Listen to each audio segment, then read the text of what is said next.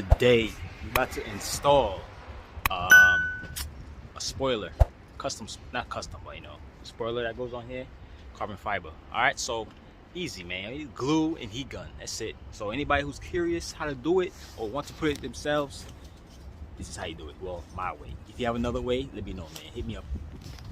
Okay, first things first, clean this up, make sure there's no garbage on there. Wipe this down.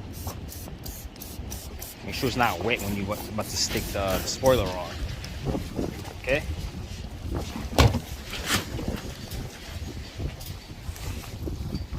It's get windy out here, like, it's crazy.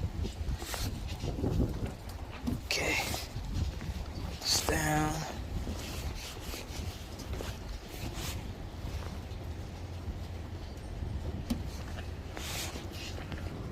This the spoiler. Carbon fiber, you see.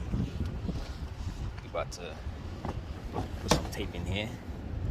I like to put it in here, right here, on these edges, all here, and over here.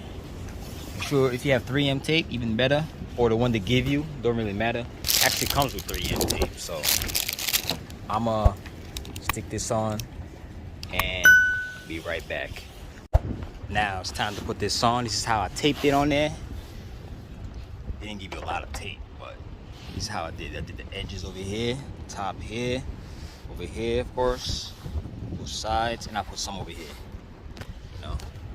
This is a little chopped up over here, chopped up, but still do the work.